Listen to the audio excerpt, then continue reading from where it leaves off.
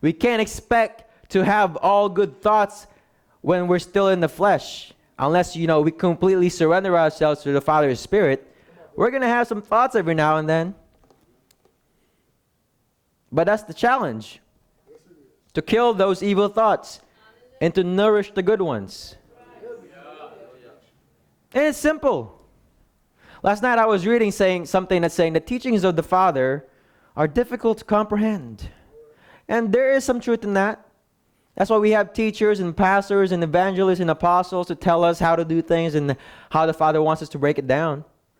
There's some difficulties. But when you get down to the core of it, what does it say, Brother Isaac? The duty of man, the whole of man, is to fear Almighty Yah and keep His commandments. So simple. That's on the outside and here, in the heart, in the inside. Fear Almighty Yah in here, keep His commandments in here. And you know what they say? What you think is how a man is, or something like that? Huh? As a man thinketh, so is he. So keep His commandments here. Fear Him here. It'll be easy. Meditate. Meditate on it. We should meditate on it. We should think on it every single time. But it's difficult, huh? I know it's difficult. I want to be a doctor, so I'm studying 7 hours every day.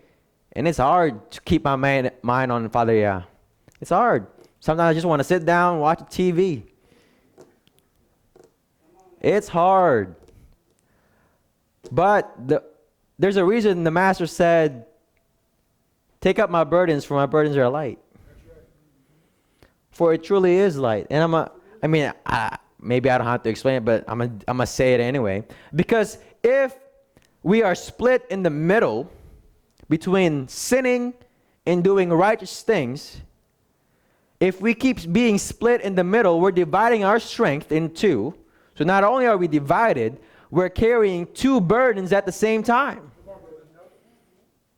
That's difficult. Can you imagine that? Being your strength is split in half, and you're carrying twice the burden you should be doing. No wonder the Father said, the Master said, come to me and my burdens are easy for their light. It really is. If we stop playing around, if we stop dividing our attention, if we stop dividing our strength, it's easy.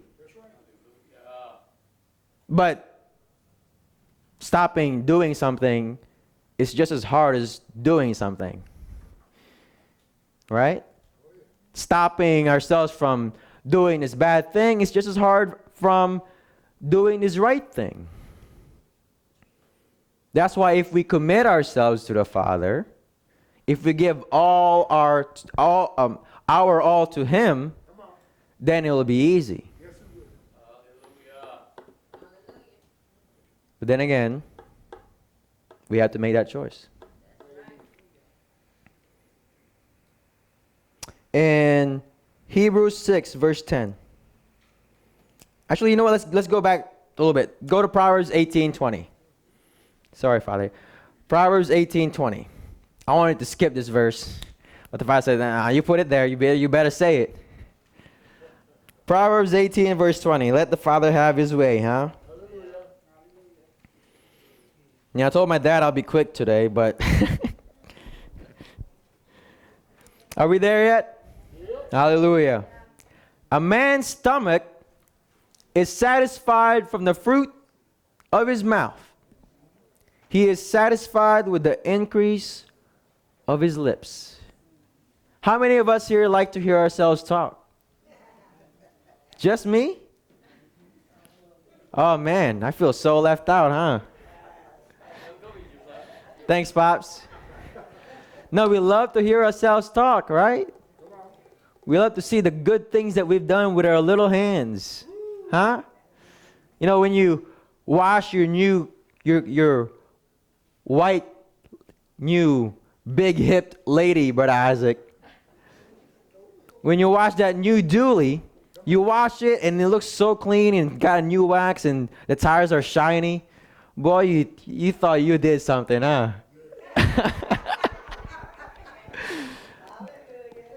You know, you feel good in the stomach. That's what it says here. You know? Or, for example, for someone like me who likes to argue, and I'm arguing, like I used to always do, maybe sometimes still do with my mom, and I win an argument, oh boy, it feels good, huh? I'm not gonna lie. It feels good to be right. But are we happy with that? Is that enough? No, that's not enough. See, the Father gave us talents. We shouldn't take in that fruits of those talents just for ourselves. Once again, the first fruits belong to Him. He gave us those talents that He didn't have to give. So the fruits of those talents belong to Him. And it's not going to come for naught. It's not the case that, you know, He's receiving and He's just going to take it. Because even though He deserves it, He more than deserves it. Let's go to Hebrews 6. Hebrews chapter 6, verse 10. It's not that He just wants to take it for the sake of taking it. It's not that He just wants to take it because He deserves it.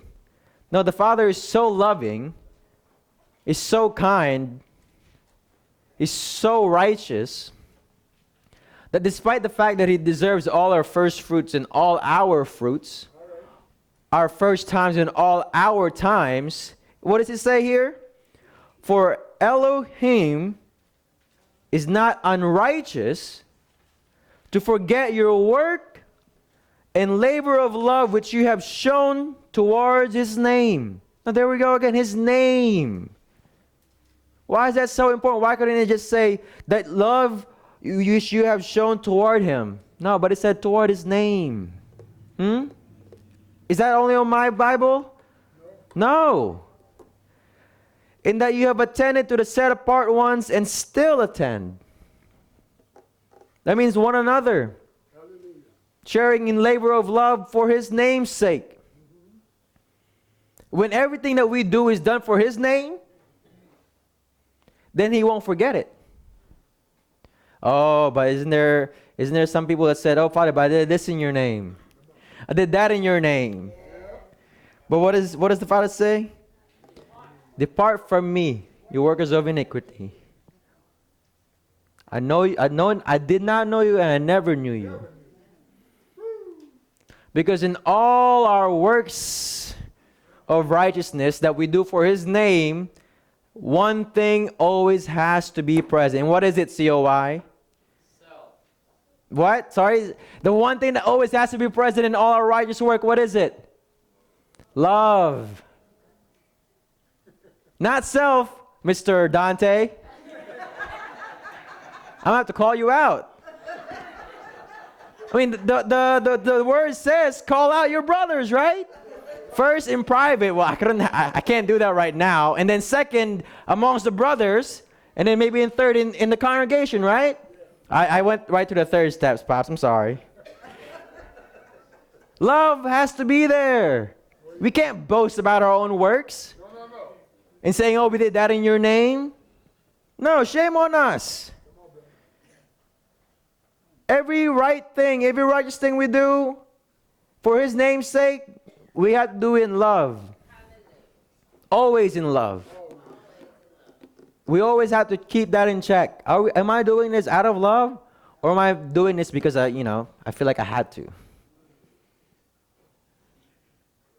You know, it's that time of the year now where I have to write my personal statement for med school applications. And I'm having a hard time phrasing exactly just how I'm going to satisfy these judges of my application of just what love is. You know? I don't know if they'll understand it. I mean, we can't even understand it completely. So how can I explain something that I can't even understand myself? The Father is still, will always be unfathomable unless we become like Him. Then we can understand the love that He has, because we then inhabit Him and He inhabit us. But because we're not all the way there yet, right? we'll have to make do with a little piece of love for now. We'll have to make do with 35 miles per hour for now, right, Brother Isaac? So he's not unrighteous to forget our works. Thank you, Father. He's not. Even though it's just the first fruits we're giving him when we're taking the rest of the harvest, he's not going to forget us for those first fruits. Hallelujah. If we give it to him with a joyful heart. Yep. If we give it to him with praises from our hearts and not merely our lips. Hallelujah. He's not going to forget it. But if we give it to him because, well, the word said so, without anything from our heart, that means nothing to him. It's the same case for those people who said, I did this in your name and I did that in your name. If it's not coming from a heart with love, he doesn't want it. Because then he could just make rocks to do his bidding for him. But rocks don't have the love the Father has. We have the love the Father has. So we got to get to working. And here we are. Mark chapter 14, verse 3. There is a woman. You know where I'm going with this, COI? There was a woman who worked all her life. Now, in all her working, was she putting the Father first? No, probably not. Definitely not. Huh? But Mark 14, verse 3. But you know, in all her labor, it culminated into this one thing that she's been wanting all her life. This one thing to her was her first fruits of her increase. Because it's the one thing that she's always wanted her whole life, every pay she got, she made sure she saved something for that thing that she's always wanted. So this thing that she has culminated all her first fruits in the time she's been able to make money. And it says in verse 3, and while he was in Bethania, in the house of Shimon, the leper, and sitting at the table, a woman came having an alabaster flask of perfume,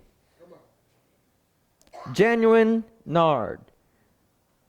Now, Brother Johnson was telling Natalie earlier, he said, when you have a good perfume, when it's more oil than water. And what it says is genuine nard.